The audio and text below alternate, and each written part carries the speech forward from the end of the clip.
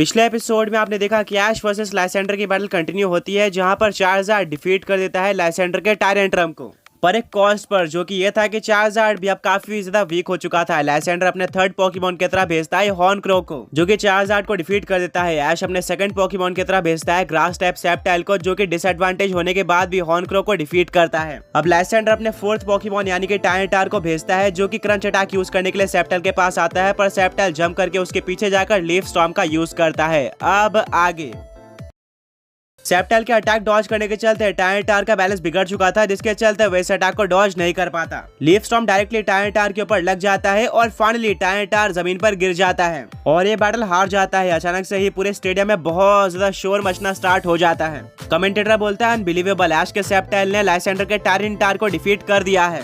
ये बैटल एक epic showdown में कन्वर्ट हो चुकी है। ऐश अपने फिस्ट को बंद करता है और बोलता है कि सेप्टाइल तुमने कर दिखाया, तुम इनक्रेडिबल थे। दूसरी तरफ लाइसेंडर बिल्कुल भी नर्वस नहीं होता है। वो बोलता है कि ऐश, जितना मैंने सोचा था तुमने उससे बेहतर परफॉर्म किया है, पर कुछ पोकेमॉन्स को डिफीट करने से तुम एक स्ट्रॉन्ग ट्रेनर नहीं बन जाते। मैं तो अभी तक सिर्फ और सिर्फ तुम्हें टेस्ट कर रहा था। बाकी सारे बैटल्स में मैंने अपने सबसे स्ट्रॉन्ग पोकेमॉन्स को शुरुआत में यूज किया था, जिसके चलते मैं इजीली जीत गया था। इस बार मैंने अपने दूसरे पोकेमॉन्स को भी टेस्ट किया और शायद इसलिए तुम ये बैटल जीत पाए हो।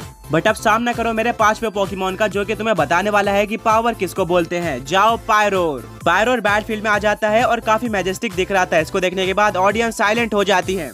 ऐश बोलता है ओ लाइसेंडर, तुमने पायरोर को लास्ट लिए बचा कर रखा था। कमेंटेटर बोलता है कि पायरोर ये एक ऐसा पोकेमॉन है जिसकी बॉन्डिंग लाइसेंडर के साथ काफी स्ट्रॉन्ग है, क्योंकि ये दोनों शुरुआत से ही साथ में थे। ऐश बोलता है सेप्टाइल, हमें पूरा दम लगाकर पायरोर को डिफीट करना होगा। दूसरी तरफ लाइसेंडर भी पीछे हटने वालों में से नहीं था। वो बोलता है कि पायरोर चलो ऐश को तुम्हारी पावर दिखाते हैं, अभी फ्लेम थ्रोअर अटैक का यूज करो। फ्लेम थ्रोअर सेप्टाइल की तरफ बढ़ रहा होता है। ऐश बोलता है कि सेप्टाइल अभी इस अटैक को डॉज करो और यूज करो फोकस ब्लास्ट का। सेप्टाइल अपने एजिलिटी का यूज करके इस अटैक को इजीली डॉज कर लेता है और फोकस ब्लास्ट का यूज करता है, जो कि डायरेक्टली पायरोर के ऊपर लगता है और उसको डैमेज भी पड़ता है। पर पायरोर अपनी जगह पर ही खड़ा हुआ था, मानो कि उसको कोई भी फर्क ना पड़ा हो। लाइसेंडर बोलता है कि इम्प्रेसिव, बट ये काफी नहीं होगा। पायरोर अभी हाइपर वॉइस का यूज करो। पायरोर काफी जोर से दहाड़ता है, जिससे पूरे बैटलफील्ड के ऊपर काफी तेज साउंड वेव चलना स्टार्ट हो जाती है। आवाज इतनी ज्यादा थी कि इससे सेप्टाइल को डैमेज भी पड़ता है और वो अपना बैलेंस नहीं बना पाता। वो ऑलमोस्ट गिरने ही वाला था। ऐश बोलता है कि सेप्टाइल अपना फोकस बनाए रखो और यूज करो लीफ ब्लेड का। सेप्टाइल काफी तेजी से आगे बढ़ता है और पायरोर के ऊपर लीफ ब्लेड का यूज कर देते हैं, जिससे पायरोर को डैमेज पड़ता है। लाइसेंडर बोलता है कि पायरोर अभी फ्लैश ब्लेड्स के साथ इस बैटल को एंड कर दो। पायरोर बिल्कुल ऐसे ही करता है। उसके चारों तरफ फ्लेम्स आ जाती है और अब वो सेप्टाइल की तरफ काफी ज्यादा स्पीड से आगे बढ़ता है। सेप्टाइल जंप करके इस अटैक को डॉज करने की कोशिश करता है, पर पायरोर भी काफी स्मार्ट था, वो भी जंप कर देता है, जिससे ये अटैक डायरेक्टली सेप्टाइल के ऊपर लग जाता है और ये इतना स्ट्रॉन्ग अटैक था कि ये काफी ज्यादा बड़ा एक्सप्लोजन होता है। सेप्टाइल उड़ते हुए बैटलफील्ड पर आकर गिरता है और वापस खड़े नहीं हो पाता, यानी कि वो अब आगे बैटल नहीं कर सकता था। फाइनली रेफरी बोलता है कि सेप्टाइल आगे फाइट कंटिन्यू नहीं कर सकता। इस बैटल को पायरोर ने जीत लिया है, जिससे ऐश के 2 पोकेमॉन्स हार चुके हैं। क्राउड वापस से शोर मचाना स्टार्ट कर देती है। अब एटमॉस्फेयर चेंज हो रहा था, क्योंकि लाइसेंडर ने कमबैक करना स्टार्ट कर दिया था। ऐश बोलता है सेप्टाइल, तुम अमेजिंग थे और अपना बेस्ट देने के लिए थैंक यू। अब पोकेबॉल के अंदर आराम करो। लाइसेंडर एक स्माइल देता है और बोलता है कि ऐश, ऐसा लग रहा है कि स्ट्रॉन्ग पोकेमॉन यूज करने के बाद अब ये बैटल धीरे धीरे पलट रही है।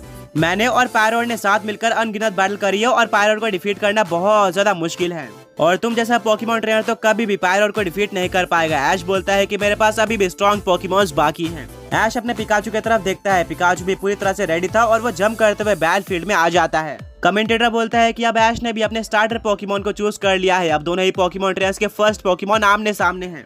देखते हैं कि कौन ज्यादा स्ट्रॉन्ग है। ऐश बोलता है पिकाचू, हम पायरोर को कमबैक करने नहीं दे सकते, अभी थंडर बोल्ट का यूज करो। पिकाचू एक सुपर स्ट्रॉन्ग थंडर बोल्ट के साथ स्टार्ट करता है, जो कि डायरेक्टली पायरोर के ऊपर लग जाती है, पर शॉकिंगली इससे पायरोर को ज्यादा फर्क नहीं पड़ता है। लाइसेंडर बोलता है कि अभी काउंटर करो फ्लेम थ्रोअर के साथ। फ्लेम थ्रोअर पिकाचू की तरफ आगे बढ़ रहा होता है। ऐश बोलता है पिकाचू, इस अटैक को डॉज करो और यूज करो आयरन टेल का। पिकाचू फ्लेम थ्रोअर को इजीली डॉज कर लेता है और यूज करता है आयरन टेल का, जो कि पायरोर के ऊपर लग जाता है, जिससे पायरोर थोड़ा बहुत पीछे तो हटता है, पर उसको ज्यादा डैमेज नहीं पड़ता है। लाइसेंडर एक स्माइल देता है और बोलता है कि मुझे पता था, इसमें कोई भी डाउट नहीं है कि तुम्हारा पिकाचू फास्ट है, बट उसके अटैक्स में कोई भी पावर नहीं है और यही उसकी सबसे बड़ी कमजोरी बनने वाली है। पायरोर अभी हाइपर वॉइस अटैक का यूज करो। पायरोर काफी तेज दहाड़ता है और यह आवाज इतनी ज्यादा तेज थी कि पिकाचू इसको सहन नहीं पाता। वो अपने कान बंद कर लेता है। इतने में ही लाइसेंडर अपने पायरोर को फ्लायर ब्लेड्स यूज करने बोलता है।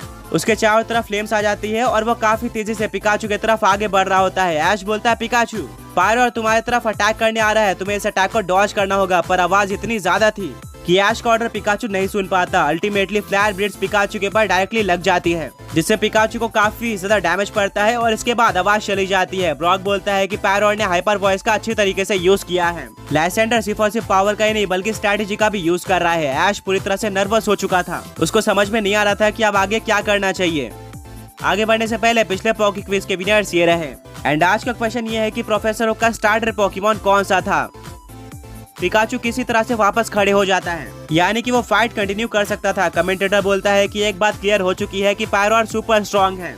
अभी तक पिकाचू ने पूरे टूर्नामेंट में काफी सारी बैल करी है, बट आज तक वो इस तरह से स्ट्रगल नहीं करता था। पायरोर ने पिकाचू को घुटनों पर ला दिया है। ऐश बोलता है पिकाचू हम अभी भी कमबैक कर सकते हैं, चलो क्विक अटैक का यूज करो। पिकाचू अपने स्पीड का यूज करके आगे बढ़ता है और पायरोर के ऊपर क्विक अटैक का यूज कर देता है, पर दोबारा से पायरोर को ज्यादा डैमेज नहीं पड़ता है। लाइसेंडर बोलता है कि तुम्हें क्या लगता है कि पायरोर इतना इजीली डिफीट हो जाएगा? उसने लेजेंडरी पोकेमॉन्स के सिग्नेचर मूव तक का सामना किया है, तो ये क्विक अटैक तो उसके सामने कुछ भी नहीं है। पायरोर दोबारा से फ्लायर ब्लिट्ज का यूज करो। पायरोर के चारों तरफ फ्लेम्स आ जाती है और वो दोबारा से पिकाचू की तरफ आगे बढ़ता है। इसके काउंटर में ऐश को कुछ ना कुछ करना होगा, जिसके चलते वो अपने पिकाचू को वोल्ट टैकल यूज करने की कमांड देता है। दोनों ही सुपर स्ट्रॉन्ग पोकेमॉन्स अपने सबसे स्ट्रॉन्ग अटैक का यूज करते हैं और आपस में टकरा जाते हैं, जिससे एक बहुत ज्यादा बड़ा एक्सप्लोजन होता है और चारों तरफ हवाएं चलना स्टार्ट हो जाती है। ऑडियंस को कुछ भी नहीं दिख रहा था, यहाँ तक कि लाइसेंडर और ऐश भी बैटलफील्ड में नहीं खड़े रह पा रहे थे। धीरे धीरे करके स्मोक हटता है एंड देखने को मिलता है कि पायरोर और पिकाचू दोनों ही बैटलफील्ड में खड़े हुए हैं, पर तभी पायरोर का बैलेंस बिगड़ता है। रेफरी और सभी का ध्यान पायरोर की तरफ चले जाता है, पर वो किसी तरह से अपने आप को संभाल लेता है।